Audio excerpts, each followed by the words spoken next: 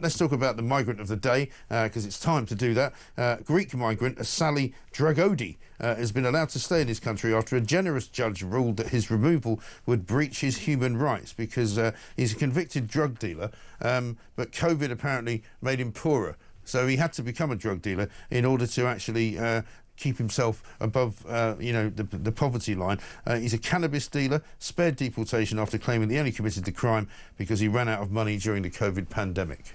I mean, what can you say to that? I mean, it's just, they're making a mockery of our legal system at these things. It's almost as if every day you're getting one of these nonsense stories. Right. I mean, it's hard to think. There must have been one other job he could have done. Exactly. Flipping burgers somewhere, perhaps sweeping the roads. Exactly right. Also, they're not sending him back to some god-awful part of, darkest Africa where he's likely to be murdered by, the Hutus or the Tutsis or some, opposing tribe that don't like him. He's going to be sent to Greece, where quite a lot of people from here go on holiday every year. Yeah, and there are enough, there are enough kebab shops around you can make a nice hero.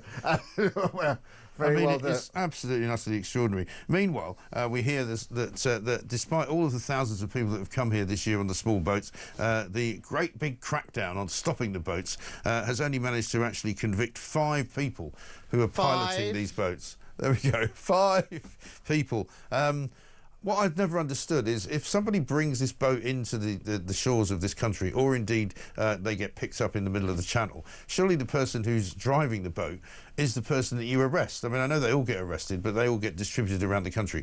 But we should surely be arresting and charging all the people who are actually bringing them here illegally, shouldn't we? Absolutely, absolutely be illegal. What's their defence? Oh, I didn't look over my shoulder. I didn't realise that there were 16 Eritreans behind me on this boat. It's completely indefensible. I mean, but this is the thing. I mean, it's roughly one a month. But, the Labour Party made such a big deal about smashing the gangs. Well, I'm sorry, if this guy's not a member of the gang, he's at least aiding and abetting a gang. So what's happened with that? I mean, it's such a ridiculous position to be in. There are so many of these boats that have been seized. You've got the RNLI picking up these boats almost on a daily basis. Who the hell's in charge of these things? I know. And why is it that these people cannot be... And one of the questions I've also had for many people unanswered is what happens to the dinghies once they get here? Do they get towed somewhere? Do they get punctured? Do they get resold back to somebody else? Do they get sent back across the channel? Nobody really knows. There's a whole industry going on here that none of us really know much about. Well, along with Tesla and Apple, we should be buying shares in dinghies. Dinghies. That's the way Absolutely right. I mean, probably made in China, funnily enough. Maybe we should put a tariff on them. Maybe that's the way to stop them. So, the dinghy will now cost £750,000 as opposed to, whatever it is now, I think you've just solved the crisis. I think, well, maybe that's the way to go. Let's talk about Eric Gill. This is a statue. You'll be familiar with it, as I'm sure anybody in London is. Outside of Broadcasting House, there's a statue which depicts Prospero and Ariel from The Tempest. Some people think that, although it is a beautiful piece of art, that it does have sort of slightly unsavoury connotation, shall we say, because it's a young child naked in the statue depiction, because of course Eric Gill was a paedophile. He was a nasty paedophile, incest as well, bestiality. I mean, really, he ticks off 3 of the boxes. Of the top boxes there. A vile cretin, despicable man. But of course, this is the age-old argument. Do you separate a man's art from the character and personality? There are many, many musicians and artists who have actually failed the morality test over the years. Do we then never play their music again? I mean, I suppose there's a difference, isn't there, for me anyway, in the sort of the level of depravity, I suppose, and maybe that's a bit of a hypocritical situation, but if you're going to say, well, Picasso wasn't very nice to women, that's probably a bit different from Eric Gill having sex with his dog.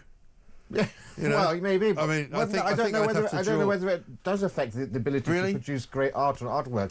Look, I'm a historian. I'm a traditionalist. I love art and architecture, especially in London. But I was never a great fan of Eric Gill. Actually, I don't actually like his sculpture, so I'm not that bothered by it. Although I probably should be on a point of principle. But I think Eric Gill also did the Stations of the Cross in Westminster Cathedral, the centre of the Catholic Church in this country as well. They still seem to be up on the walls there, if I'm correct. So I don't know. I, for one thing, you can separate a man's genius from his actual personality. I don't disagree with that principally, but I just think that in some cases the crimes committed may be so heinous that you might say, and in this case we'll make an exception. It doesn't have to be black or white.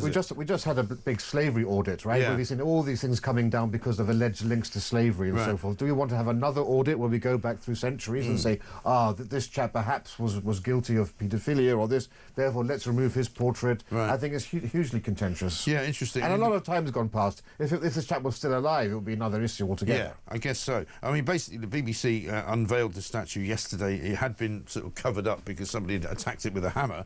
And no doubt, I suppose, I mean, this shouldn't be a reason not to put it up there, but probably somebody will attack it again, I guess. And then that question will be, you know, is it really an appropriate place for it to be? I mean, that's the other thing. That's the more valid question. I've got no problem with people wanting to look at this guy's sculpture, but should the BBC necessarily be using it as their sort of flagship emblem on their flagship building? Possibly not. Yep, you may have a good point there. We shall see.